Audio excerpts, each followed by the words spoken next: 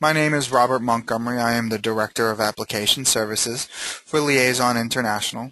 We are recording this webinar. I have informed everybody on the webinar that this call is being recorded and have given them the opportunity to withdraw the webinar with the option of having a one-on-one webinar.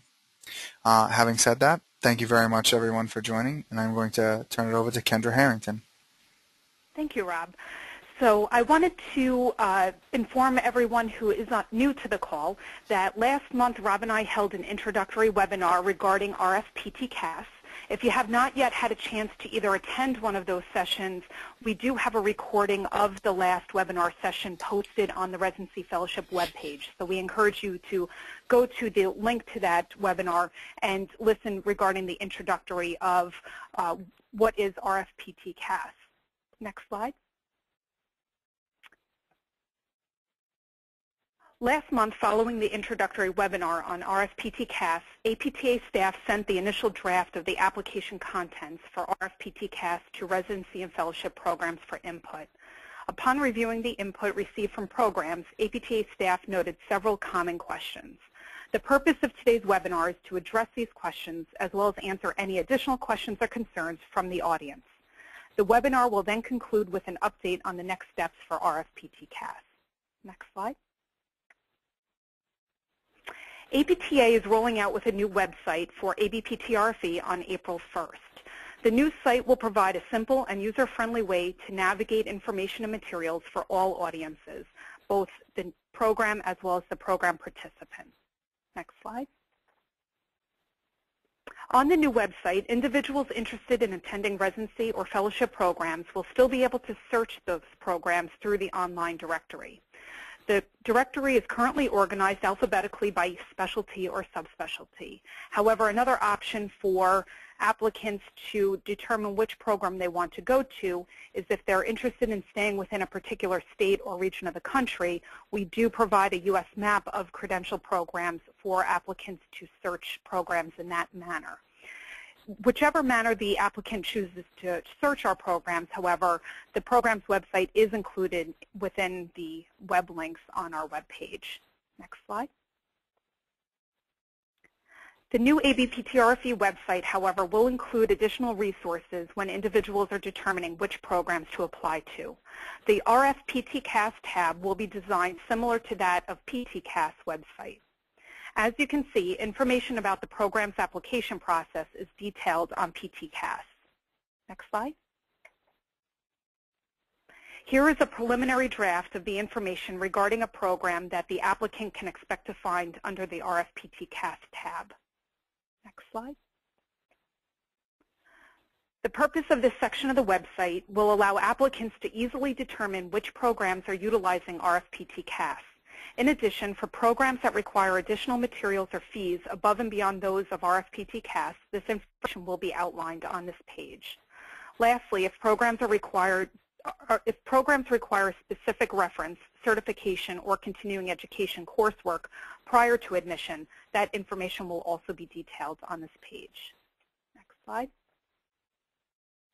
Now I would like to review some of the common questions or concerns that have arisen during the program call for comment period of RFPTCAS, as well as during the last two webinars earlier this week.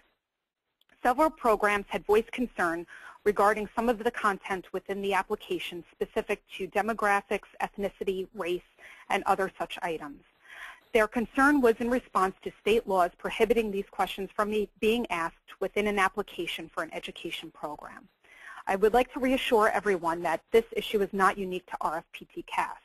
For each program, we'll have the ability to block specific information from the applicant's application so that those on the program's admission committee are not able to view this content prior to making an admission decision. Other individuals were concerned about the length and comprehensiveness of the application in RFPTCAS. As a reminder, RFPTCAS is a single application that is intended to be used for both residency and fellowship programs, and as such, the content must cover the applicant at various stages of their profession, whether they are a PT student or experienced professional. Therefore, not every section of the application is relevant to every applicant. To compensate for this, most sections of the application are optional. The applicant only has to complete those sections that are relevant to themselves and to the type of program they are applying to. Some programs wanted to know why the applicant cannot simply upload their CV. During the design of RFPTCAS, APTA staff reviewed other health organizations' CAS systems and determined to embed all relevant information from an applicant's CV directly into RFPTCAS. This will allow programs to easily search for relevant information as well as to run data reports, which would not be feasible if the program only received a PDF copy of the applicant's CV. Next slide.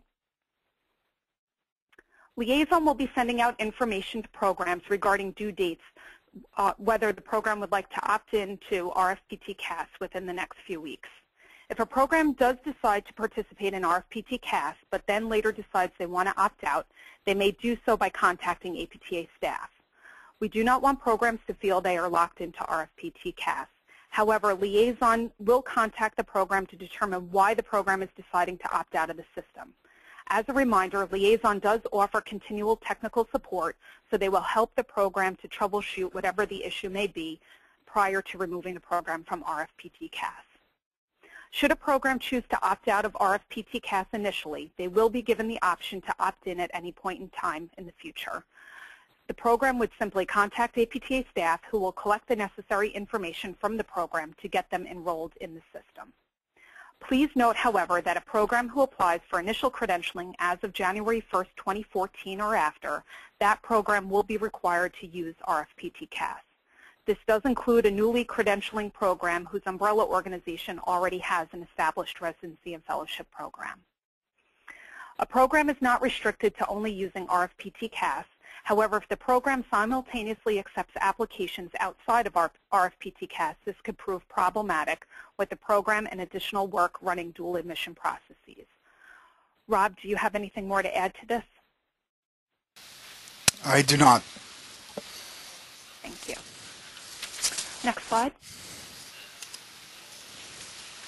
I'm going to turn this over to Rob now to review how RFPTCAS and the web admit system that programs will utilize to review the applications they receive work with respect to a program's computer interface. Thank you, Kendra. The program called WebAdmit is a web-based admissions management software tool. You'll be using it to manage the applications that you have received through your RFPTCAS portal. The information that you receive will be able to export into a customized set of fields if you wanted to run reports or queries on the data that you received to be able to integrate into your system's management software. There are some limitations with this, and we do have a staff standing by to help your IT people to develop the processes necessary in order to integrate the WebAdmit system with your own. The WebAdmit system can stand alone. It can function itself as a database, or you can integrate it depending upon the requirements that you feel are necessary for your organization to operate. There is no software needed that needs to be installed or downloaded onto your systems or computers. This is a web-based application that can be accessed and saved from your systems at work, your systems at home, online, anywhere that there is an internet connection. You'll be able to access and customize and manipulate and organize your application, your pool of applications through the WebAdmit software. Thank you, Rob. You're welcome. The next question we received related to how the admission cycle works for RFPTCAS. An applicant interested in applying to a residency and fellowship program or several programs would review the information regarding each program's application deadline on the ABPTRFE website under the RFPTCAS tab. If the applicant is choosing to apply to two programs, one with a March 1st application deadline and one with a June 1st application deadline, the applicant has two options. The applicant will likely go into RFPTCAS, complete and submit their application to the program whose deadline was on March 1st. At that time, the applicant may decide to wait for a response from this program before deciding to apply to the program with the June 1st application deadline. However, at other times, the applicant may choose to apply to both programs at the same time to coordinate with that earlier application deadline. RFPTCAS is not designed to have an early admissions option, thereby restricting an applicant from applying to more than one program initially. The applicant is free to choose which program or programs they would like to apply to. The purpose of RFPTCAS is to alleviate the current cumbersome process of applying to each program individually. Through the creation of one comprehensive application, the applicant can now easily apply to all programs they would like to attend. RFPTCAS will not be collecting applicants' data regarding their GPA and therefore will not be calculating GPAs. Every applicant will be required to submit their transcript from their PT education as part of their application within RFPTCAS. Programs, therefore, can view the applicant transcript to determine the GPA for that individual. Based on surveys APTA conducted with current and past residents and fellows, the initial fee structure of RFPTCAS will be similar to that of PTCAS. An applicant will pay $135 for the first program they submit their application to and $40 for each additional program. The survey results noted that individuals applying to residency and fellowship programs felt this fee structure was more than reasonable as they are used to those fees from PTCAS, as well as the ease RFPTCAS will create in applying to residency and fellowship programs. Next slide. At times, some programs may experience a year in which they do not receive any applications to its program.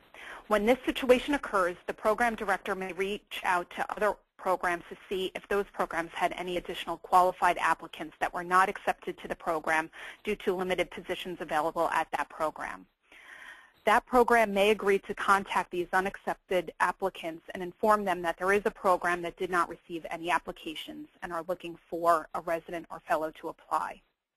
RFPTCAS, however, will not have the ability to indicate to applicants which programs have received applications or the number of applications each program received. However, as mentioned on the last slide, an applicant who is not accepted into a program or programs that they initially applied to can easily go back into RFPTCAS and with the click of a button submit their application to additional programs.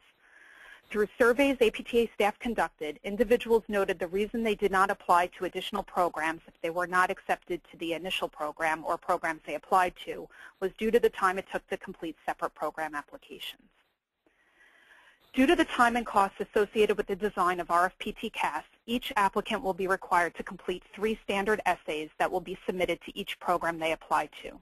However, APTA staff is in discussions with Liaison regarding future upgrades to RFPTCAS, which may include the ability of each program to customize their essay questions within the system. This is very similar to the upgrades that have occurred over the last several years within PTCAS.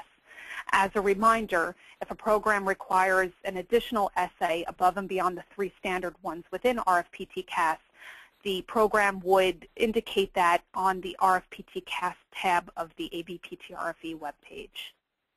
At this time, I'm going to turn it over to Rob, who will explain how individuals on today's call can ask their own questions for us to answer. Thank you, Kendra. If anyone on the call does have any questions, we're going to address each of your questions as you type them into the GoToMeeting software. So on your navigation panel, about 2/3 of the way down, there is a tab marked Questions. You have the ability to open that up and enter in your questions. Kendra and I will both be able to see those questions and address them as they come in. We'll go through each one and then answer them as we see fit. If you need us to review any of the information that we have provided, just feel free to type it in and we'll go over that as well. Thank you, Rob. I'm going to give it a moment for some questions to come in, and if I don't see any, then we'll proceed with the last portion of the presentation.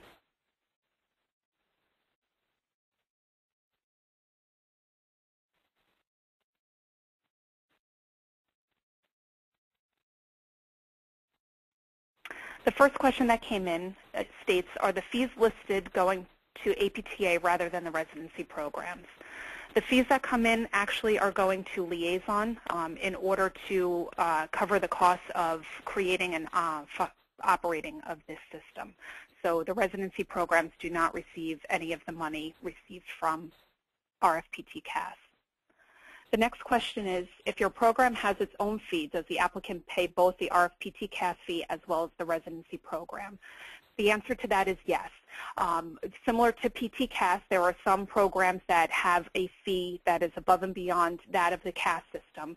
And if the program has a fee above and beyond RFPTCAS, they would notify APTA, who would input that information into the RFPTCAS tab of the ABPT-RFE webpage so that the applicant knows there are additional fees or additional application requirements above and beyond RFPTCAS. The next question is, will the applicants who haven't been accepted by a residency program be made aware of residency programs who still have openings? I'm going to start to answer that question, and then I'll turn it over to Rob to finish. But an applicant can apply to any residency program that is currently open prior to their application deadline within RFPTCAS. Rob, can you explain further regarding openings within residency or fellowship programs and applications? Right. So the applications that are being opened and the residencies that have the slots available, the applicants will be able to maintain the information on your marketing materials, and applicants who haven't been accepted by residencies, they will not be made directly aware that the program, the RFPTCAS will not directly email out a list of all the residency programs that still have openings, but applicants will be able to identify those programs through their own individual research on the marketing materials, and also through the designations page on the RFPTCAS application. Thank you, Rob. The next question asks, will the requirements for both residency and fellowship applicants be the same, as well as similar pricing? The pricing structure for RFPTCAS is regardless of which type of program the applicant is applying to. And with respect to the application, it is one uniformed comprehensive application. So there are areas of the application that are relevant to individuals if they're applying to a residency program and say they're still a PT student or a new graduate, compared to somebody who has several years of experience as a physical therapist that may be looking to apply for a fellowship program. What you would expect is a larger CV of that individual, and so therefore they would have more data to input into RFPTCAS. The next question is a fellowship or residency allowed to opt in or opt out of RFPTCAS or phase into the system? So a program may opt in or opt out of RFPTCAS at any point in time by notifying APTA staff. In the next phase of our presentation, we're going to go through the next steps of RFPTCAS, which includes when programs can begin to opt in or opt out of the system. But as a reminder, the ability to opt in and to opt out are only for programs that are either currently credentialed or within the application phase as of December 31st, 2013. Any new program applications that we receive as of January 1st, 2014 will be opted into the system without the option to opt out. When is the actual launch of RFPTCAS planned, so we can plan for when this will be available? The plan for RFPTCAS is the beginning of September. I have not been given a specific date for that. What we utilized in order to come up with the rollout date of RFPTCAS was looking at every credentialed program that we had at the time, and the majority of programs had an application deadline of March 1st. Having said that, we have programs with deadlines all 12 months of the year, but with the majority of them having a March 1st deadline, we were able to back the months into September, and that's how we determined the rollout date for RFPTCAS. The next question is, if RFPTCAS could do this, it would be much more valuable to residency programs. I apologize, that looks like it's a summary follow-up statement. Next question is, will programs that are already credential be required to opt in order to become re-credentialed. At this point in time, there will be no requirement for programs seeking re-credentialing to opt into RFPTCAS. Again, if a program is currently credentialed or in the application phase as of December 31st, 2013, they will have the ability to opt in and out. Only those programs seeking initial credentialing as of January 1st and onward will be required to utilize RFPTCAS.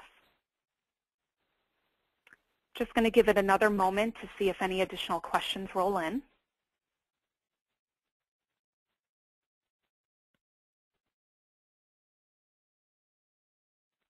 Okay. So with that, I am going to move to the next portion of the website, and if any additional questions do come in, we will backtrack and come back to those. So what is the next step for RFPTCAS? Within the next week, programs that are currently credentialed, as well as those who have applied for credentialing, will be sent a survey from Liaison. The first question of the survey will ask if the program is choosing to participate or to opt out of RFPTCAS. If the program is choosing to opt out of RFPTCAS at this time, the rest of the survey will not occur for that particular program. However, for those programs choosing to participate in RFPTCAS, the survey will continue in order to collect the necessary information to enroll that program into the system. In addition, APTA staff will be sending out information regarding live training sessions for the WebAdmit software that is currently scheduled to occur this summer at various locations throughout the country. These sessions were created for programs utilizing PTCAS, as WebAdmit is a new admission portal for all CAS systems administered by Liaison this year. In addition, Rob and I will be discussing the need for additional training sessions over the next few months, and I will definitely keep programs informed of these training sessions as they become available. Rob, do you have anything else that you would like to conclude with? That does cover everything for the next steps in the training and all the information that is going out within the next couple of weeks. Wonderful. So at this point in time, I do not see any further questions. So I would like to thank everybody for their time today and remind you that both Rob and I are available at any point in time to address any of your questions and concerns regarding RFPTCAS. And please have a wonderful rest of the week. Thank you, Rob. Thank you very much, Kendra. Take care, everybody.